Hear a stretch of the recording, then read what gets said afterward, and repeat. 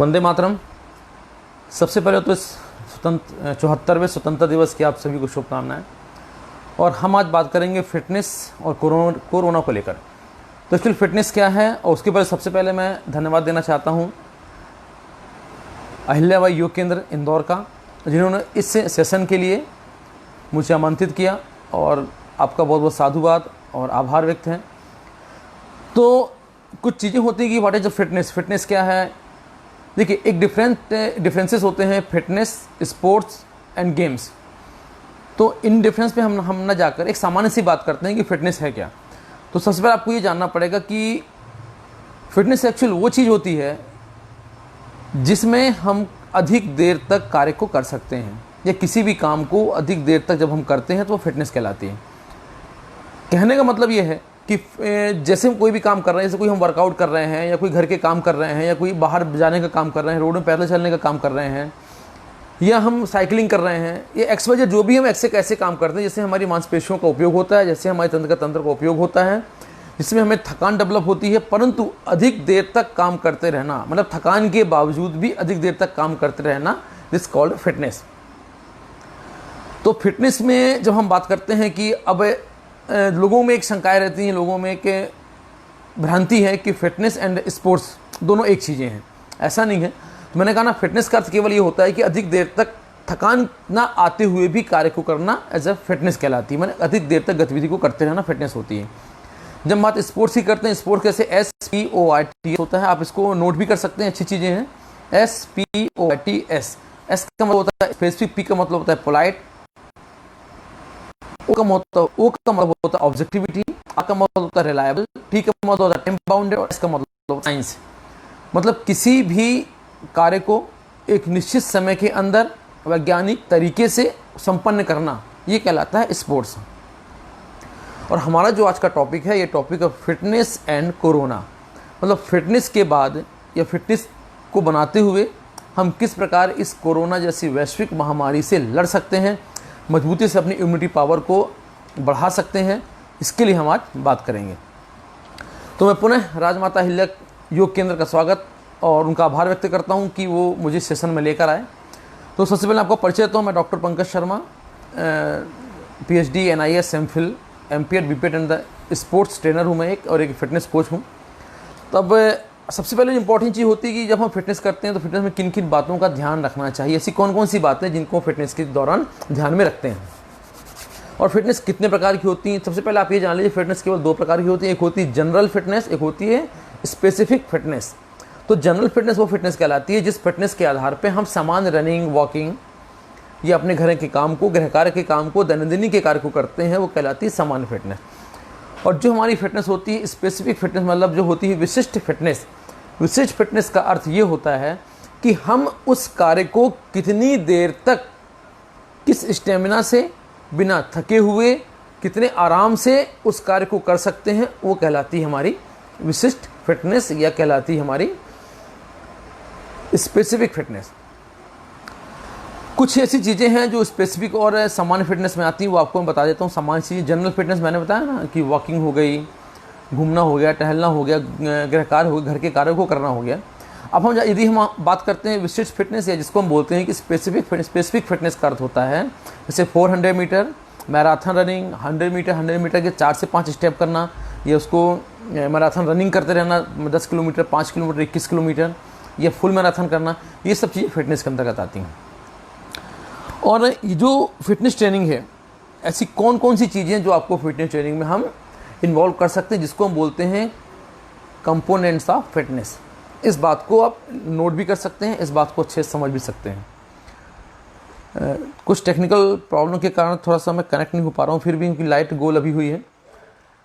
अब जो फिटनेस की हम बात करते हैं, उस फिटनेस हम देखते हैं कि कंपोनेंट्स ऑफ फिटनेस कौन कौन से होते हैं। जैसे कार्डियो रेस्पिरेटरी सिस्टम जो हमारा होता है, उसके लिए भी कुछ एक्सरसाइज होती है जिसको हम बोलते हैं कार्डियो रेस्पिरेटरी इंडोरेंस वर्कआउट।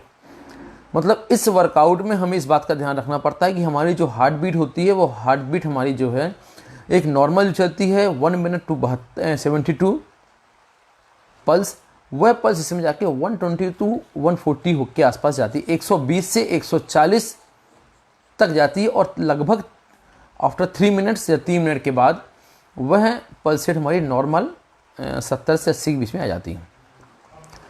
तो इन एक्सरसाइज को हम बोलते हैं क्या, कार्डियो फिटनेस। सेकेंड चीज़ हमारी आती है मस्कुलर इंडोरेंस। तो मस्कुलर इंडोरेंस में ऐसे कौन कौन सी चीज़ें होती हैं जो मसल से संबंधित होती है, मसल्स का काम करती है, मसल्स को मजबूत बनाने का काम करती है, मसल की थिकनेस को मोटा करती है। उसमें हमारी आती है मस्कुलर सिस्टम। तो इसमें जो रेस्पिरेशन होता है वो रेस्पिरेशन एक्सरसाइज कहलाती हैं। उसमें रेस्पिरेटरी सिस्टम जो होता है हमारा, जो श्वसन तंत्र होता है, उसका ज़्यादा उपयोग किया जाता है। थर्ड इज हमारा कहता है मस्कुलर स्ट्रेंथ। मतलब जो मस्कुलर स्ट्रेंथ होती है वो हम वेट के साथ करते हैं। मस्कुलर स्ट्रेंथ हम अपने वेट के साथ करते हैं, और उस वेट के साथ करने में एक्चुअल जो होता है कि हमारे मसल्स की थिकनेस बढ़ती है, हमारे मसल्स में पावर गेन होती है। अच्छा, एक बात का आपको विशेष ध्यान ये रखना है कि जो भी हम इस फिटनेस के काम करते हैं या जो भी मस्कुलर फिटनेस का काम करते हैं, उस फिटनेस यदि हम कंटिन्यूस फिटनेस को लगातारता क्रम पे करते हैं, और उस फिटनेस को लगातार करने के बावजूद यदि उस फिटनेस के दौरान या उस मसल्स एंडोरेंस ट्रेनिंग के दौरान यदि हम अपनी डाइट में प्रोटीन को यूज़ नहीं करते हैं, तो हमारी मसल्स ब्रेक होती हैं, और उस मसल्स ब्रेक को कवर अप करने में फिर हमको बहुत ज़्यादा टाइम लगता है। इससे जब भी कोई आप वर्कआउट करें या कोई ऐसे मसल्स ट्रेनिंग करें या एंडोरेंस ट्रेनिंग करें या स्ट्रेंथ ट्रेनिंग करें, तो इन तीनों ट्रेनिंग में आपको विशेष ध्यान इस बात का रखना है कि आपको जो प्रोटीन डाइट्स है वो प्रोटीन डाइट आपकी भरपूर मात्रा में लेनी है। अब प्रश्न ये उठता है कि प्रोटीन डाइट आखिर हमको कितनी मात्रा में लेनी है। जो साइंटिफिक आधार मैं आपको बता देता हूँ। साइंटिफिक आधार ये है कि हर 10 किलो के व्यक्ति को 0.8 ग्राम प्रोटीन आपकी बॉडी में कंज्यूम होना चाहिए। एक फॉर एग्जांपल, यदि हम 7 किलोमीटर पर घंटे की आवर से, यदि हम 7 किलोमीटर पर घंटे की रफ्तार से यदि हम 400 मीटर का एक ट्रैक का एक राउंड मारते हैं, जिसको हम बोलते हैं 400 रनिंग करते हैं, परंतु स्पीड आपकी 7 to 10 किलोमीटर पर आवर्स होनी चाहिए। इस समय आपकी बॉडी से 34 ATP मैंने 34 ATP का डिस्चार्ज अब आपकी बॉडी से होता है, और 34 कैलोरी आपकी बॉडी से रिड्यूस होती है। अब उसको रिड्यूस को आपको प्रोड्यूस करने के लिए क्या करना पड़ता है? प्रोड्यूस करने के लिए हमको वही काम करना पड़ता है कि हमको अधिक से अच्छी अपनी डाइट रखनी पड़ती है, प्रोटीन डाइट मजबूत करनी पड़ती है, कार्बोहाइड्रेट डाइट को मजबूत करना पड़ता है, अपनी जो आहार सिस्टम उस सिस्टम को मजबूत करना पड़ता है। इसी आधार पर वह काम हो सकता है। और जब हम बात करते हैं कि और अगली चीज़ें ऐसी कौन कौन सी होती हैं जिसमें हम अपना काम कर सकते हैं, तो अगली चीज़ जो हम देखें मस्कुलर, जब मैंने बताया था ये मस्कुलर फिटनेस होती है, मस्कुलर एंडोरेंस के लिए हम काम करते हैं। देखिए चीज़ होती है मस्कुलर पावर। तो मस्कुलर पावर हम कैसे गेन करते हैं, इस बात का भी हमको विशेष ध्यान देना है। तो मस्कुलर पावर गेन करने के लिए हम देखते हैं कि जो फोर्स जनरेटेड एक्सरसाइज होती हैं या ड्यूरिंग फोर्स जनरेटेड एक्सरसाइज होती है, उन एक्सरसाइज को हम उस कार्य में करते हैं। तो फोर्स जनरेटेड एक्सरसाइज कैसी होती है? जैसे कि एक्सप्लोजिव स्ट्रेंथ हो गई, आपकी किसी भी वेट को लगातार एक साथ उठाना, उसको जर्क क्लीन एंड जर्क करके उठा देना उसको, ये सब चीज़ें उसके इंटरवल आती रहती हैं। अब हमारी सबसे मेन चीज़ होती है वो होती है फ्लेक्सिबिलिटी फिटनेस। तो फ्लेक्सिबिलिटी फिटनेस के लिए आपको इस बात का ध्यान रखना पड़ेगा कि आपकी बॉडी को फ्लेक्सिबल होना चाहिए। जैसे आपको मैं एग्जांपल देता हूँ। फॉर एग्जांपल, जैसे आप देखते हैं कि यदि बहुत ज़्यादा तूफान चलता है और तूफान चलते से कोई पेड़ होते हैं, यदि वो पेड़ों में लचक नहीं है, पेड़ों में फ्लेक्सिबिलिटी नहीं है, पेड़ों की फ्लेक्सिबिलिटी अच्छी नहीं है, उसमें उसको जो तनाव अच्छा नहीं है, तो पेड़ वो टूट जाते हैं। इसी प्रकार यदि वो हवा में तेज़ तूफान में यदि वो पेड़ों में फ्लेक्सिबिलिटी, जैसे कि यूकेलिप्टस का पेड़ होता है, आपने देखा होगा, बांस के पेड़ होते हैं, पौधे होते हैं, वो देखा होगा आपने, तो उनमें फ्लेक्सिबिलिटी के कारण वो पेड़ झुकते हैं परंतु वो पेड़ टूटते भी नहीं हैं। तो फ्लेक्सिबिलिटी आपकी जितने काम आपकी फिटनेस में काम आती है, उतनी ही फ्लेक्सिबिलिटी आपकी लाइव आपके जीवन में भी काम आती है। इस बात का हमको विशेष ध्यान रखना है। इंपॉर्टेंट चीज़ होती है बैलेंस। बॉडी का बैलेंस बनाने के लिए हमको क्या करना चाहिए? तो देखिए, फिर जितनी ही मैंने आपको चीज़ें बताई हैं, इन चीज़ों को मैं एक बार और रिपीट करूँगा आपको, उनके जो नाम के आधार पर मैं आपको रिपीट कर देता हूँ। तो जो बैलेंस होता है कि बॉडी का बैलेंस बनाना हमारे लिए बहुत महत्वपूर्ण होता है। बैलेंस एज हमारे पैरों से लेके हमारे माथे तक, एज हम कहते हैं जो सिर का जो सेंटर पॉइंट ऑफ होता है, वहाँ तक हमारे बॉडी पे बैलेंस बनाने का काम करता है। और बैलेंस बनाने के लिए हमारे पैरों को मजबूत होना जरूरी है, हमारी बॉडी को बैलेंस होना जरूरी है। अब हम ये कैसे कर सकते हैं कि यदि हमारी मतलब बॉडी में यदि बैलेंस कैसे बनेगा? तो देखिए, एक बात स्पष्ट ध्यान रखिए कि फिटनेस मोटापे को डिनोट नहीं करती है। जो व्यक्ति मोटा है इसका मतलब वो नहीं कि वो फिट नहीं है, जो व्यक्ति बहुत दुबला है इसका मतलब ये नहीं कि वो फिट नहीं है, ऐसा बिल्कुल नहीं है। फिटनेस का मापदंड बिल्कुल स्पोर्ट्स की तुलना में बिल्कुल अपोजिट होता है, बिल्कुल अलग होता है। और यदि आपको फिटनेस बनाना है तो उसका एक सरल उपाय ये भी है कि आप रनिंग कर सकते हैं, वॉकिंग कर सकते हैं, 400 मीटर्स की रनिंग कर सकते हैं, हल्का हल्का दौड़ सकते हैं। और साइंटिफिक ये प्रूफ्ड है, साइंटिफिक एक सिस्टम बना हुआ है कि यदि आप पर वीक, एक हफ्ते में यदि आप 52 सेकेंड से लेकर 72 मिनट तक, पर डे का 52 सेकेंड, और ये रनिंग जो छोटी छोटी रनिंग होती है, जो स्टेप बाय स्टेप रनिंग होती है, जिनको हम डैश रनिंग कहते हैं, 52 सेकेंड की वो, और एक हफ्ते में मतलब 1 वीक में 52 मिनट की यदि आप एक्सरसाइज करते हैं तो भी आप फिट रहने का काम कर सकते हैं। कुछ ऐसी चीज़ें हैं जो हम घर में रह के फिट हो सकते हैं, खान पान से फिट हो सकते हैं, और कुछ ऐसी चीज़ें हैं जो हम ग्राउंड पे जाके वर्कआउट करके फिट होते हैं। जैसे जिम जाना है, ग्राउंड के वर्कआउट्स करने हैं, रनिंग करना है, जॉगिंग करनी है, साइकिलिंग करनी है, ट्रेडमिल पे रनिंग करनी, इन चीज़ों को देखकर भी हम फिटनेस को बना सकते हैं और फिटनेस को मजबूत कर सकते हैं।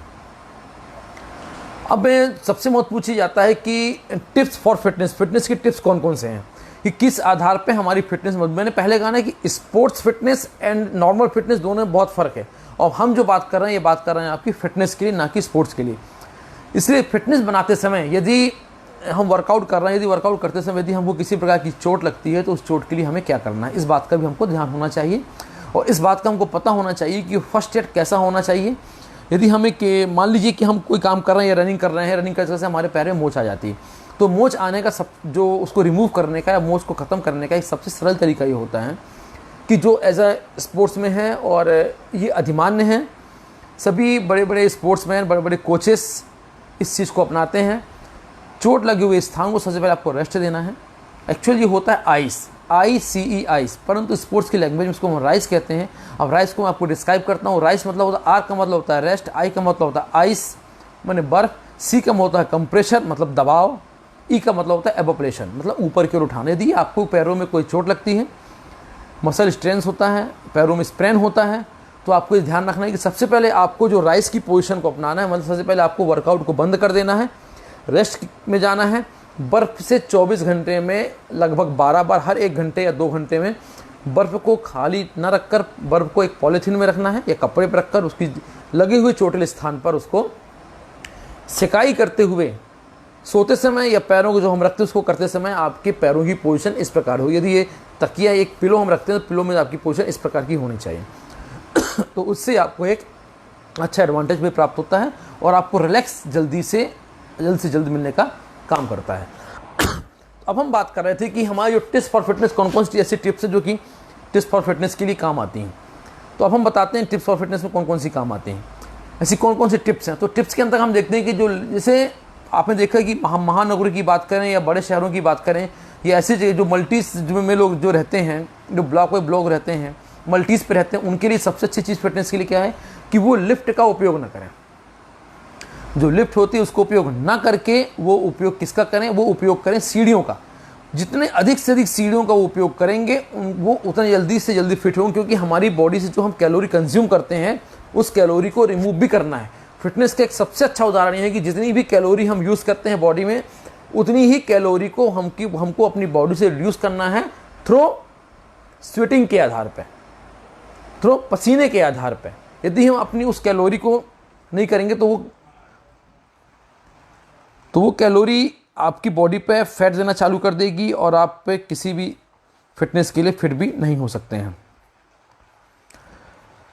तो ऐसी और कौन कौन सी चीज़ें हैं जिसमें हम भी काम कर सकते हैं। यदि कहीं भी जाएं तो आप पैदल जाएं, सबसे अच्छी चीज़ होती है। यदि आप कहीं भी जाते हैं तो यदि आप पैदल जाते हैं और गाड़ियों का उपयोग नहीं करते हैं तो पैदल जाने से, और एक बात उसमें ये ध्यान रखनी है कि पैदल जाते समय हमको ये ध्यान रखना है कि हमारे जो पैदल जाने का रास्ता है उस रास्ते में लंबी दूरी को हमको तय करना है, शॉर्टकट का काम नहीं करना है। यदि हम किसी भी कार्य के लिए जाएं तो पैदल जाने का काम करें और लंबी दूरी तय करें ताकि हमको हमारी कैलोरी हमारी बर्न हो सके और हम अच्छे से फिट हो सकें। जैसे बाजार में जब सामान लाएं तो बाजार में सामान हम स्वयं जाकर लाएं, किसी को ये ना बोलें कि आप सामान जाकर। सामान लाने में फ़ायदा, उसमें एडवांटेज ये होता है कि आप पैदल चलते हो, पैदल चलने से आपकी कैलोरी बर्न होती है। ऐसा काम करें जिसमें आप शारीरिक गतिविधियों को कर सकें, मतलब आप शारीरिक काम कर सकें और आपकी जो कैलोरीज है वो बर्न हो सके। फिट और फिटनेस के लिए आप डांस क्लासेस भी उपयोग कर सकते हैं। डांस क्लासेस फिटनेस का एक सबसे अच्छा और सरल माध्यम है, इसमें आपकी कैलोरी बहुत ज़्यादा बर्न होती है। जो आप भोजन करते हैं उस भोजन को थोड़ा थोड़ा करें, एक साथ भोजन करने का काम बिल्कुल ना करें। होता क्या है कि हम जब भोजन करते हैं तो एक साथ अधिक भोजन करने का प्रयास करते हैं। ऐसा बिल्कुल भी नहीं करना है। भोजन करते समय आपको जो भोजन करना है वह आपको रुक रुक कर भोजन करना है। दिन में जो भोजन आप एक बार में करते हैं उसको 3-3 भागों में डिवाइड करके भी आप भोजन कर सकते हैं। सबसे इंपॉर्टेंट और सबसे जो महत्वपूर्ण चीज़ क्या है वो ये है कि जो सॉफ्ट ड्रिंक हैं या कार्बोनेटेड ड्रिंक हैं इनको बिल्कुल भी यूज़ नहीं करना है।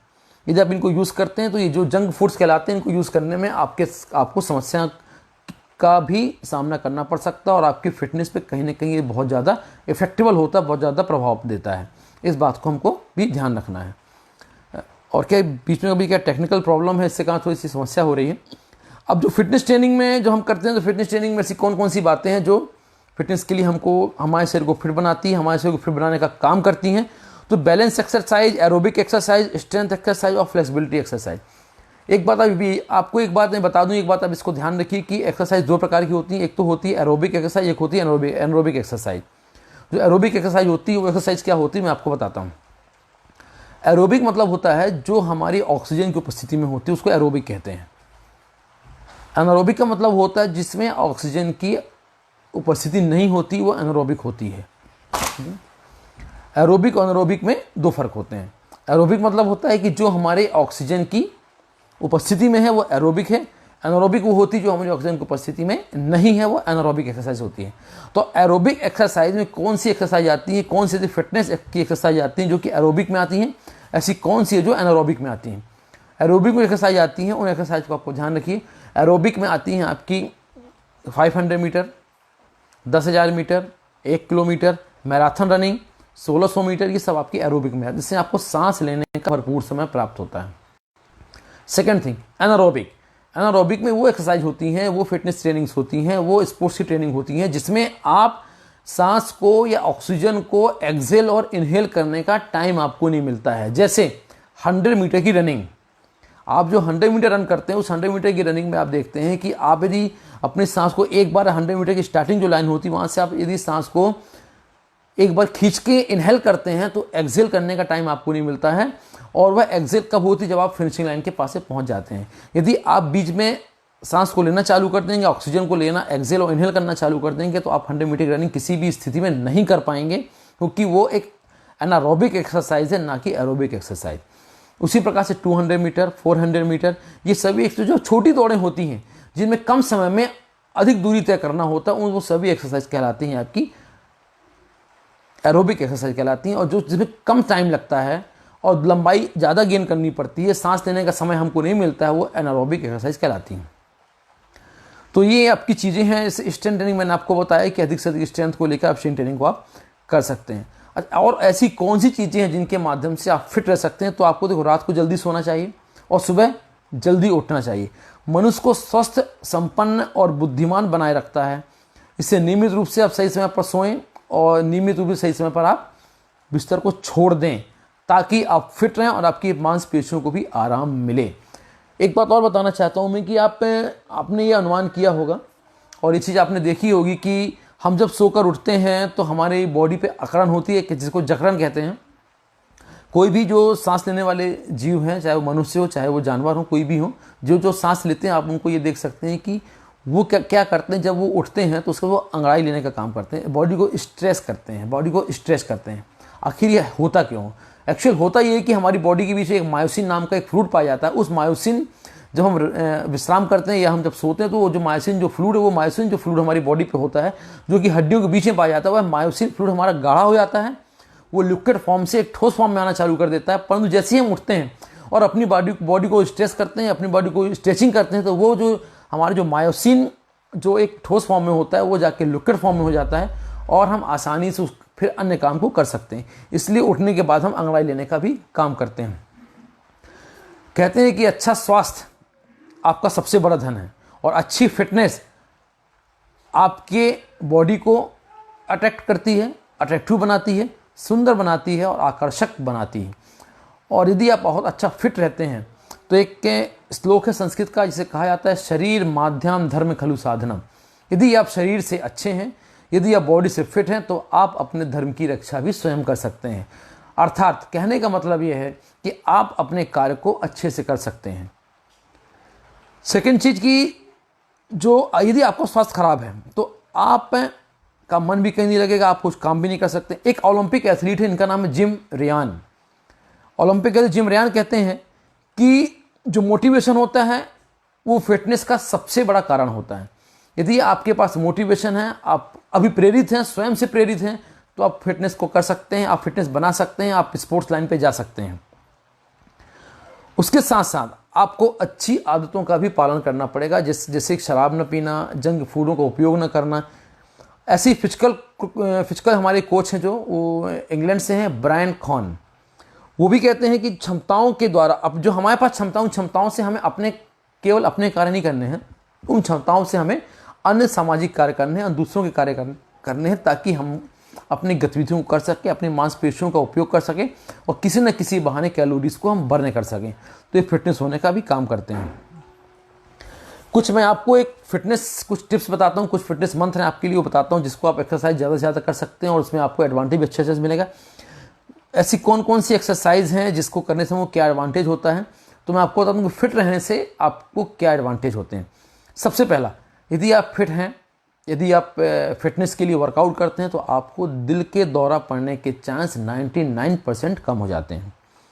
आप अपने वजन को कंट्रोल कर सकते हैं, कोलेस्ट्रॉल को ख़त्म कर सकते हैं, ब्लड में कोलेस्ट्रॉल की मात्रा को कम कर सकते हैं, ब्लड प्रेशर भी कंट्रोल कर सकते हैं, हड्डियां, मांसपेशी, जोड़ों को भी आप मजबूत कर सकते हैं फिटनेस के माध्यम से।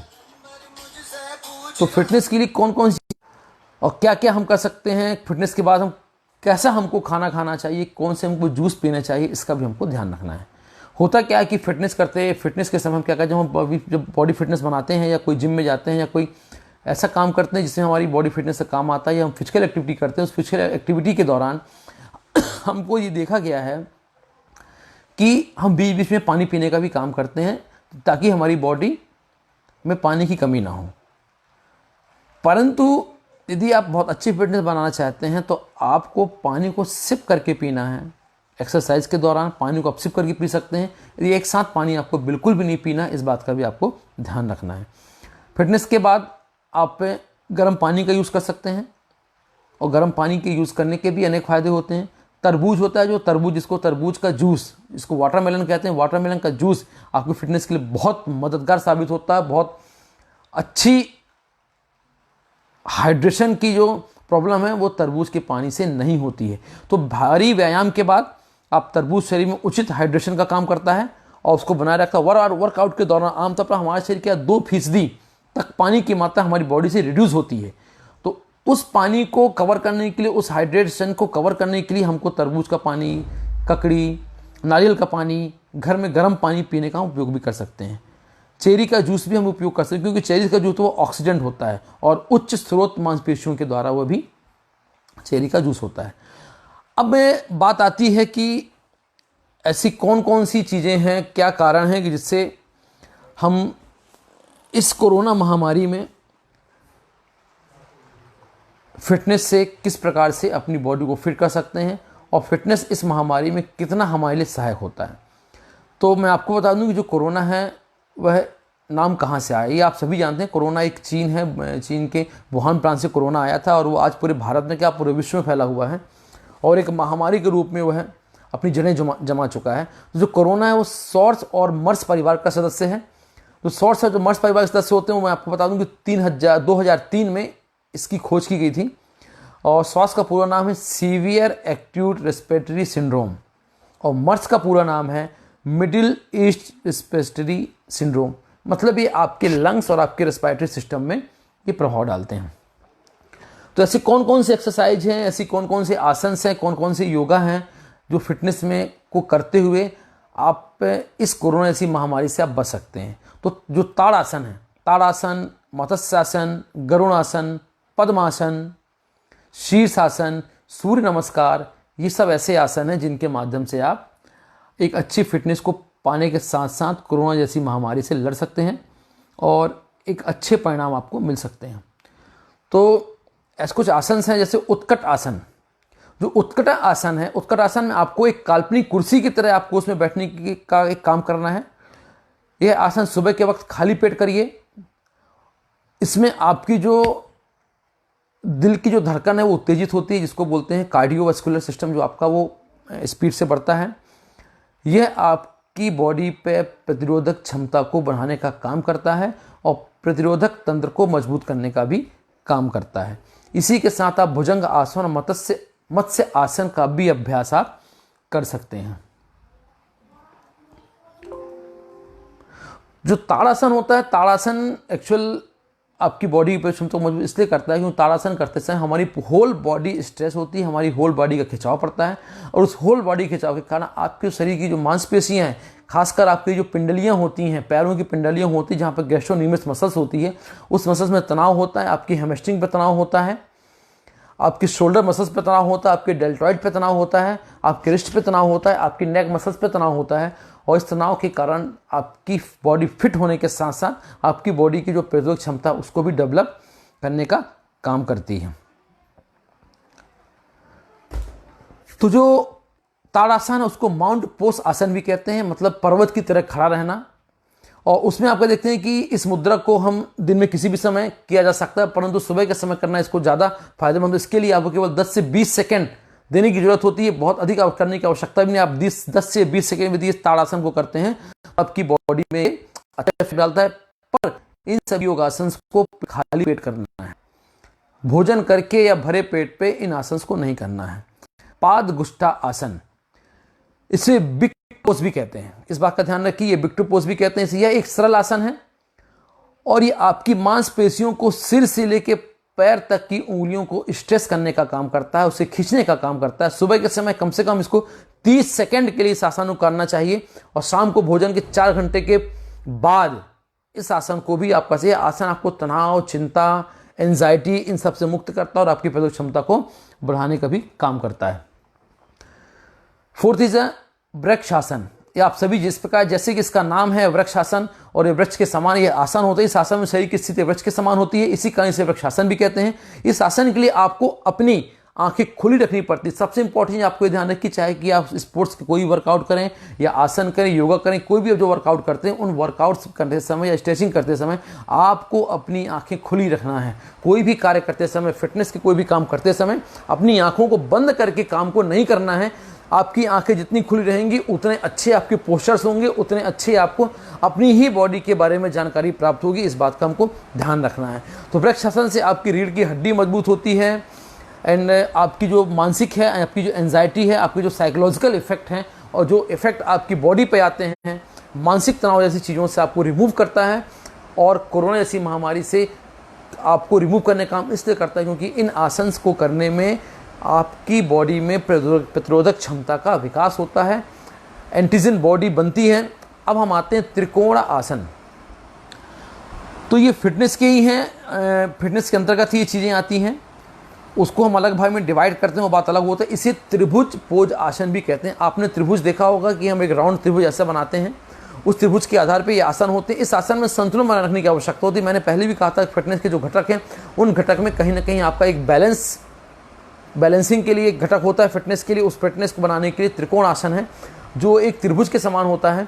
इस आसन को त्रिभुज पोज आसन भी कहते हैं। आसन में संतुलन बनाए रखने के लिए आपको इसमें अपनी आंखें खुली रखनी, दोनों पैरों को फैलाकर काम करना है। यह आसन एकाग्रता और संतुलन को बढ़ाता है, यह मन को शांत करता है और इससे तनाव भी दूर हो जाता है।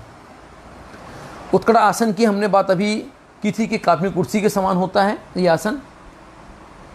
और अब जो सबसे मेन चीज़ है कि जो रोग प्रतिरोधक क्षमता है हमें कई बीमारियों से बचाती है। देखिए, अब रोग प्रतिरोधक क्षमता को हमें डेवलप कैसे करना, बात हम इसकी करते हैं। तो छोटी मोटी ऐसी कई बीमारियां होती जिनसे हमारा शरीर खुद ही निपट लेता, परंतु जो बीमारियां ऐसी होती जो हमारे डायरेक्ट लंग्स को इफेक्ट करती है, हमारे रेस्पिरेटरी सिस्टम को इफेक्ट करती हैं, उसके लिए हमारी फिटनेस को मजबूत होना बहुत आवश्यक है। हमको फिट होना बहुत ज़रूरी है और ऐसे काम करने के लिए हमको कुछ ऐसे इम्यून पावर डेवलप करने के लिए आपको ऐसे कुछ आहार और ऐसे कुछ भोजन लेने पड़ेंगे जिसके माध्यम से आप फिट रहें। आप ये इस बात का भी ध्यान रखें कि जितनी कैलोरीज आप अपने फिटनेस के लिए ग्राउंड में आप फिटनेस की कैलोरी को बर्न करते हैं फिटनेस करते समय या वर्कआउट करते समय, फिटनेस को बनाते समय या स्पोर्ट्स के समय या किसी भी काम को करते समय, तो उतनी कैलोरीज आपको गेन भी करनी है। यदि आप कैलोरीज गेन नहीं करेंगे तो आपको फटीग डेवलप हो जाएगा और फटीग डेवलप होने की स्थिति बहुत अच्छी पोजीशन नहीं मानी जाती है, तो हमारी बॉडी पे फटीग डेवलप ना हो।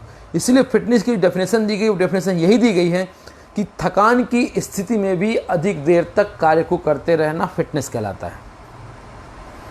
और इस फिटनेस को बनाए रखने के लिए आपको आपकी बॉडी पे ऐसे आहार होना चाहिए, आपकी बैलेंस डाइट होनी चाहिए। डाइट आपकी ऐसी होनी चाहिए जहां आपको हर डाइट में कुछ ना कुछ एनर्जी मिले, हर डाइट में कुछ ना कुछ ऐसे तत्व मिले जो आपकी बॉडी को फिट रखते हैं, आपकी बॉडी को हाइड्रेट रखते हैं। जैसे ग्रीन टी, आप ग्रीन टी का उपयोग कर सकते हैं। ग्रीन टी बहुत अच्छी चीज़ मानी जाती है कि इसे ब्लैक टी भी कहते हैं, और इसी ये इम्यून सिस्टम को डेवलप करता है क्योंकि इसमें कैफीन की मात्रा होती है, और बॉडी में कैफीन की मात्रा होने से इम्यूनिटी सिस्टम मजबूत होता है। बॉडी में कैफीन की मात्रा होने से बॉडी एनर्जेटिक होती है।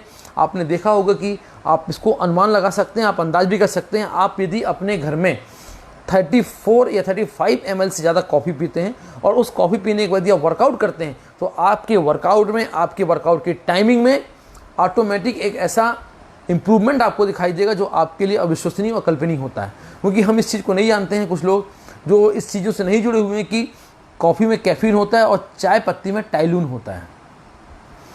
तो जो कैफीन होता है, तो कैफीन आपकी बॉडी में कहीं ना कहीं उस एनर्जी को गेन करता है, आपकी एनर्जी को डिहाइड्रेट होने से बचाता है, आपकी एनर्जी को हाइड्रेट करता है, और सबसे महत्वपूर्ण आपकी एनर्जी को एक अच्छी कैलोरी देता है। यदि कभी भी आपको लगता है कि मेरी कैलोरी लूज़ हो रही है, मेरी कैलोरी ज़्यादा बर्न हो गई, मैं उस कैलोरी को अडॉप्ट नहीं कर पा रहा हूँ, तो आप चॉकलेट्स का भी उपयोग कर सकते हैं। चॉकलेट खाने से आपको जिनको देखते हैं कि चक्कर आते हैं या आंखों में अचानक दिखना बंद हो जाता है, तो वो भी आप चॉकलेट खाकर उन कैलोरीज को आप गेन कर सकते हैं। जैसे सेकंड फॉल, जैसे मैंने बताया कि अभी टी थी, ग्रीन टी थी या ब्लैक टी थी। सेकंड फॉल लहसुन खाना भी रोग प्रतिरोधक क्षमता को मजबूत करता है, और लहसुन रोग प्रतिरोधक क्षमता को बढ़ाने का काम करता है। ये आपकी एनर्जी को बूस्ट करता है, आपकी इम्यूनिटी पावर को बूस्ट करता है। इसमें पर्याप्त मात्रा में allicin, zinc, sulphur, calcium, vitamin A और विटामिन ई की मात्रा पाई जाती है, जो कि आपको कहीं ना कहीं इम्यूनिटी सिस्टम को आपको मजबूत करने का काम करती है। सबसे इंपॉर्टेंट चीज़ दही। अब हम बोलते हैं दही में ऐसा क्या है कि एक्चुअल होता क्या है कि दही में एक जीवाणु होता है जिससे बैक्टीरिया से दही बनता है, उसका नाम लैक्टोबैसिलस जीवाणु होता है। और जब हम रनिंग करते हैं या हम कोई वर्कआउट करते हैं, तो आपने देखा होगा वर्कआउट करते से हमारे पैर की जो पिंडलियाँ होती हैं, जिसको हम कॉफ मसल्स कहते हैं, जिसको हम गैस्ट्रोनोमिक मसल्स कहते हैं, वहाँ पर एक पेन चालू होता है। वो पेन होने का कारण क्या है कि हमारी बॉडी से लैक्टिक एसिड का प्रोड्यूस होता है। जब रनिंग करते हैं हमारी बॉडी से लैक्टिक एसिड आता है, और वो लैक्टिक एसिड क्या होता है कि हमारे जो मांसपेशियाँ होती हैं उनमें जमा होता है, वो उस जगह पे जमा होता है जहाँ पे मांस की अधिकता पाई जाती है। जैसे आपके थाई में जमा होना, आपके पेलू में जमा होना, तो उसको रिमूव करने के लिए भी आपको दही खाना चाहिए। दही में अधिक मात्रा में, प्रचुर मात्रा में कैल्शियम होता है, और जो आपकी बॉडी की इम्यूनिटी पावर सिस्टम को बढ़ाने का भी काम करता है। साथ ही साथ आपके पाचन तंत्र को भी मजबूत करता है।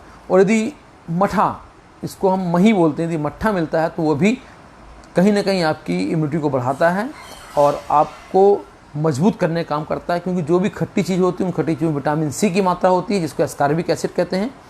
और विटामिन सी इस कोरोना जैसी महामारी को, इस कोरोना जैसी बीमारी को हटाने का सबसे कारगर साधन है।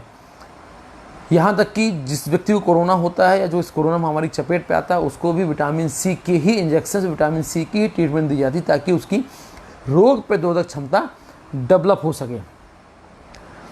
साथ में विटामिन डी हम सूर्य से भी ग्रहण कर सकते हैं। विटामिन डी की जो महत्वपूर्ण हो, कई रोगों में हमारे लिए महत्वपूर्ण विटामिन डी होता है, और उसको बनाए रखने के लिए विटामिन डी से हमारी हड्डियाँ मजबूत होती हैं। विटामिन डी को खाने से हमारे दिल के संबंधी बीमारियाँ समाप्त होती हैं, और हमारा जो दिल है वो बहुत हार्ट और इम्यूनिटी पावर सिस्टम बहुत अच्छा और मजबूत होता है। इस बात का हमको विशेष ध्यान रखना है। संक्रामक रोगों की सुरक्षा के लिए विटामिन सी का सेवन करना सबसे महत्वपूर्ण माना गया है। विटामिन सी को खाने से हमें किसी भी प्रकार की कोई भी रोग होने की जो पॉसिबिलिटीज़ है, वो पॉसिबिलिटीज समाप्त हो जाती हैं। नींबू और आंवले, इनको वैसे भी कलयुग में कहा गया कि नींबू, आंवला और तुलसी ऐसी चीज़ें हैं जो कि अमृत मानी जाती हैं, और ये रोग प्रतिरोधक क्षमता को मजबूत करती हैं और आपकी बॉडी के इम्यून सिस्टम को भी बढ़ाने का काम करती हैं।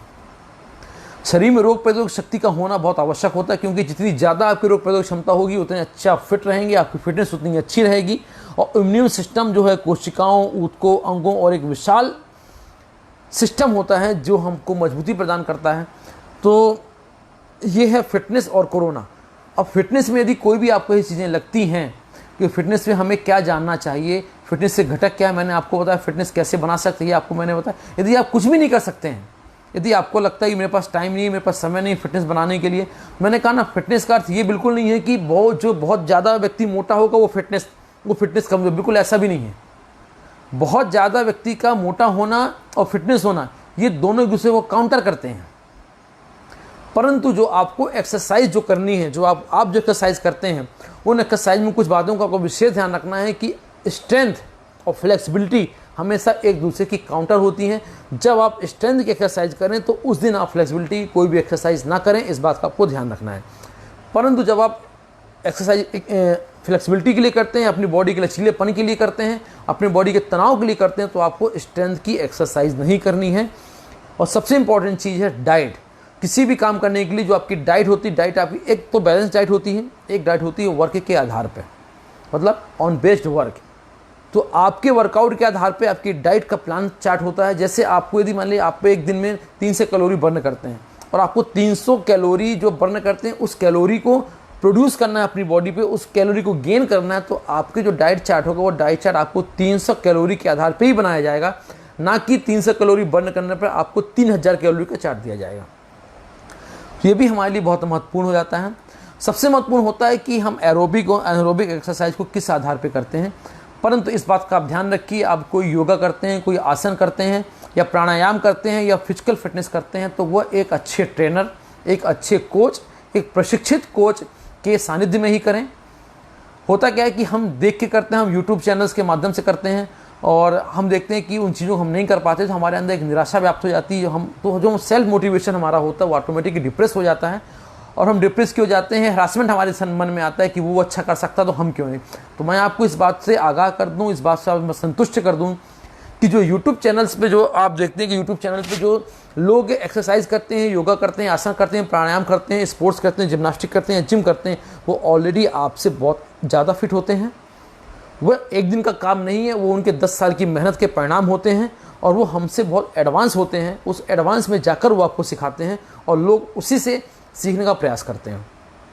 तो मेरा आग्रह और निवेदन है कि जब भी आप योगा, प्राणायाम, आसन और फिजिकल फिटनेस या फिजिकल ट्रेनिंग का काम करते हैं या स्पोर्ट ट्रेनिंग काम करते हैं, तो एक प्रशिक्षित कोच के पास जाकर ये काम करें, ताकि वो आपको छोटी छोटी चीज़ों को बता सके कि कैसे करना है, इनहेल कब करना है, एक्सहेल कब करना है। और फिटनेस की जो सबसे महत्वपूर्ण इंपॉर्टेंट चीज़ होती है वो होती है फ्रिक्वेंसी, आवृत्ति, इसको हम हिंदी में कहते हैं। दूसरी बारंबारता, कंटिन्यूटी, माने कितने बार कितने सेट किसको करना है। सबसे इंपॉर्टेंट चीज़ है और सबसे इंपॉर्टेंट वो होती है रिकवरी प्रोसेस, कि आपकी रिकवरी प्रोसेस क्या है, आपको कितने समय में आपको रिकवरी होनी चाहिए। तो मेरा निवेदन है कि जो भी इस वीडियो को देख रहे हैं या जो भी इस वीडियो को देखें, तो इस बात का विशेष ध्यान है कि जब भी यदि आप फिजिकल फिटनेस के लिए किसी बच्चे को लेते हैं, तो सबसे पहले आपको उसकी रिकवरी प्रोसेस के बारे में नॉलेज होना चाहिए। तो उसका मैं एक छोटा सा तरीका आपको बताता हूँ, उस तरीके के माध्यम से आप उसकी रिकवरी प्रोसेस के बारे में जान सकते हैं। आप अपनी घड़ी पे टाइम वॉच लगाइए और उस टाइम वॉच के हिसाब से जो वॉच टाइम होता है आपका, जिसको हम टाइम वॉच भी बोलते हैं या स्टॉप वॉच कहते हैं।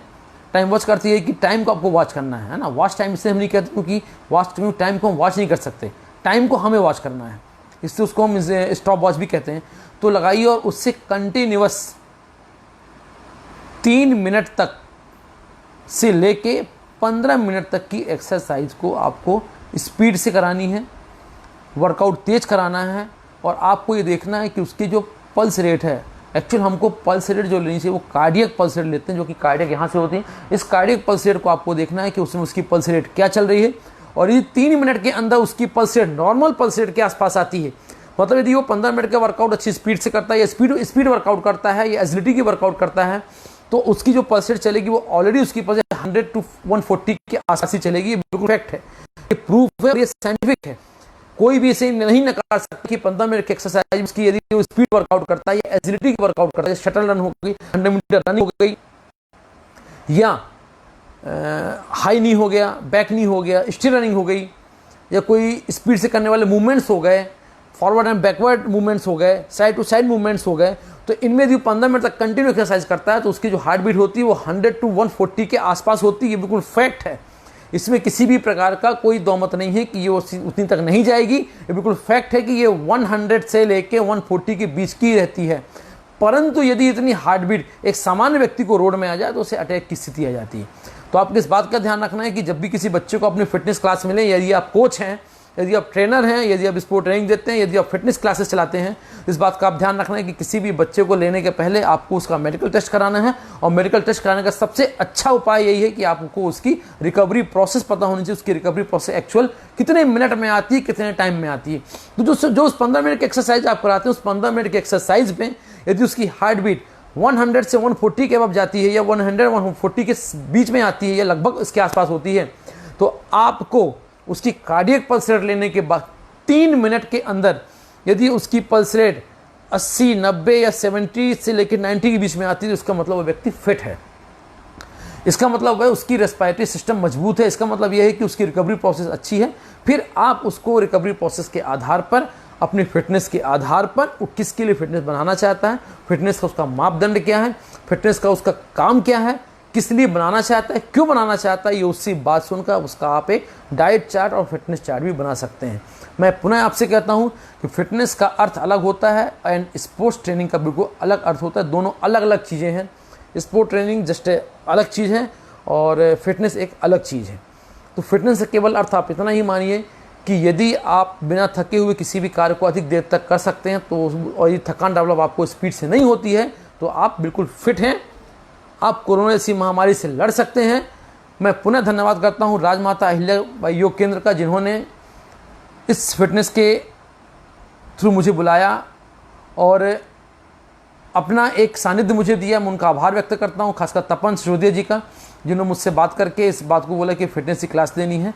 एक्चुअल क्या है कि एक थोड़ी सी मैं आपको बात बताना चाहता हूं कि अहिल्याबाई योग केंद्र के माध्यम से जो हमें फिटनेस की, जो मैंने अभी एक फिटनेस कोरोना नाम से ली, एक्चुअल मैं एज ए फिजिकल ट्रेनर हूं और एक स्पोर्ट्स कोच हूं।